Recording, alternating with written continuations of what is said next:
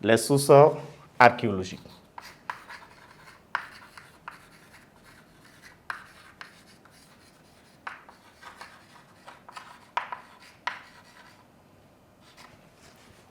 Alors, on écrit archéologique, mais on lit archéologique. Donc,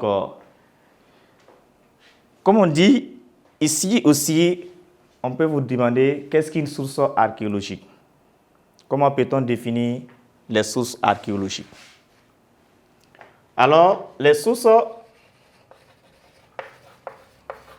archéologiques, encore appelées sources muettes, c'est quoi? Ce sont les traces, les documents laissés par les premiers hommes, ceux qui nous ont devancés sur la terre. Donc, les traces, documents,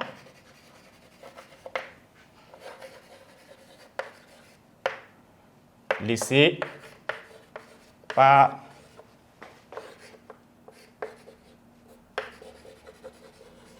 les premiers hommes. Puisqu'ils ne sont plus là pour parler de ce qu'ils ont fait, de ce qu'ils ont laissé, on appelle ça des sources muettes parce que les sources ne vont pas parler. C'est à l'historien de les interpréter. Voilà. C'est à l'historien de les interpréter les anciens bijoux, les anciens outils de parure, dont les anciens outils agricoles, de forge.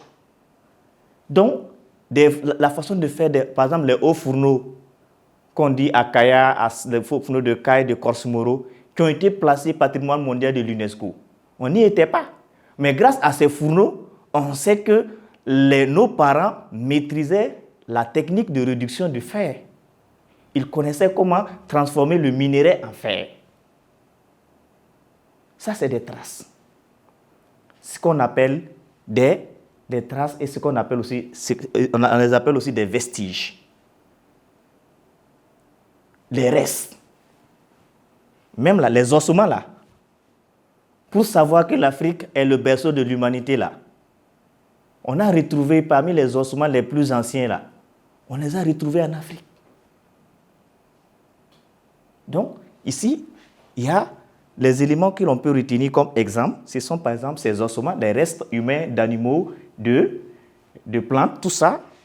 Exemple. On a les objets anciens.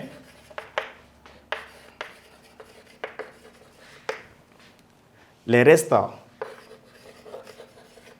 ça peut être des restes humains. Les restes humains qu'on appelle les ossements, les squelettes.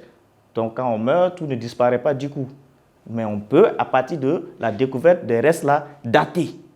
Et on a daté, par exemple, le squelette de Lucie, qu'on dit que c'est une petite fille qu'on a retrouvée au Kenya, qui date de millions d'années, qui fait qu'aujourd'hui, on dit que les premiers hommes qui sont apparus sur la Terre là, étaient des Africains. Et on dit que l'Afrique, c'est le berceau de l'humanité. Donc, ce sont ces éléments qu'il faut prendre en compte lorsqu'on parle de sources archéologiques. Et enfin, les sources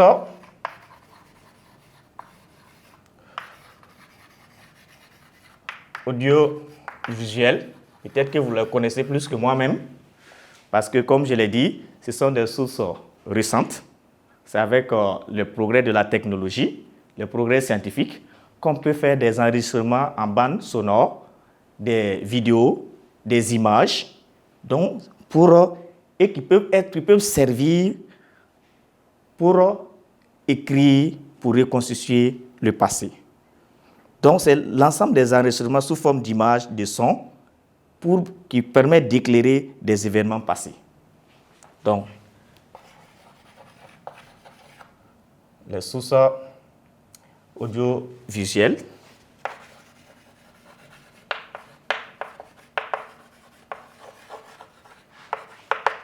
Donc, ce sont des enregistrements.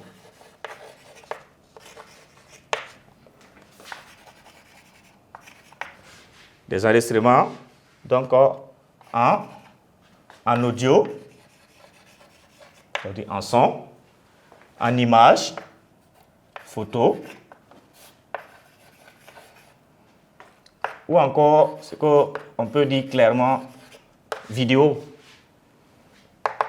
etc. Donc, ce sont les principaux modes d'enregistrement des images, que ce soit en audio, en image ou en vidéo, et qu'on retrouve sur beaucoup de plateformes.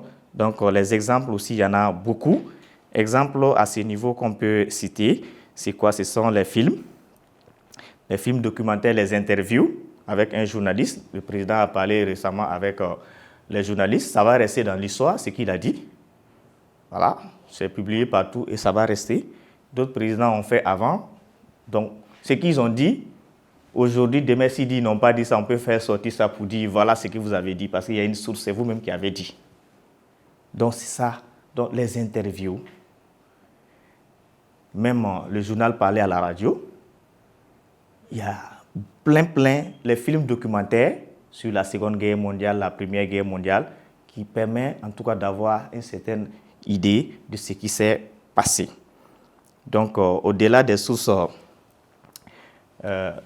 audiovisuelles, on parle actuellement de sources numériques qu'on peut retrouver sur Internet, sur les réseaux sociaux, avec les clés USB, les téléphones portables. On peut trouver ces différentes, à travers les différentes plateformes, on a tout ça.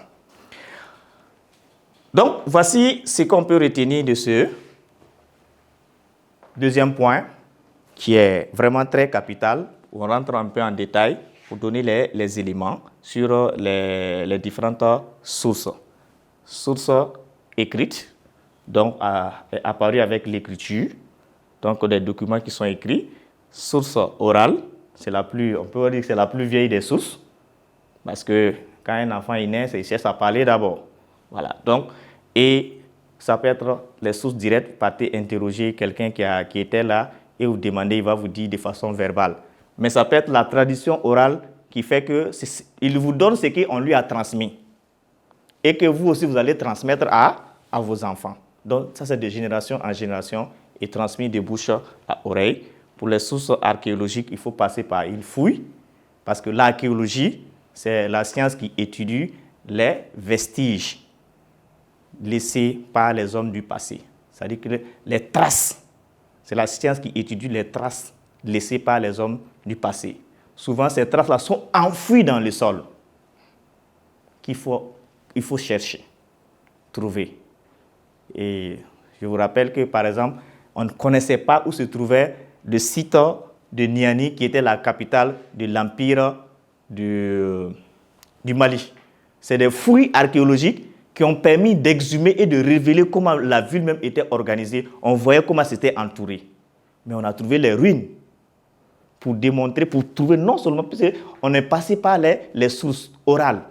Niani était à tel endroit. Le récit des griots fait partie des sources orales. Les contes, les légendes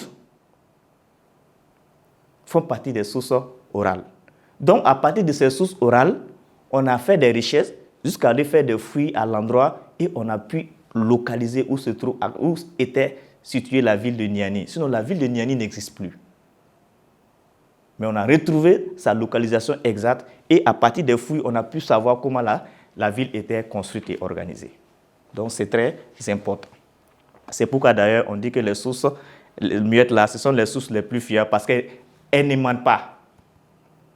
Parce qu'elles n'ont pas la bouche pour mentir. Ce que vous avez trouvé là, c'est ça qui est là.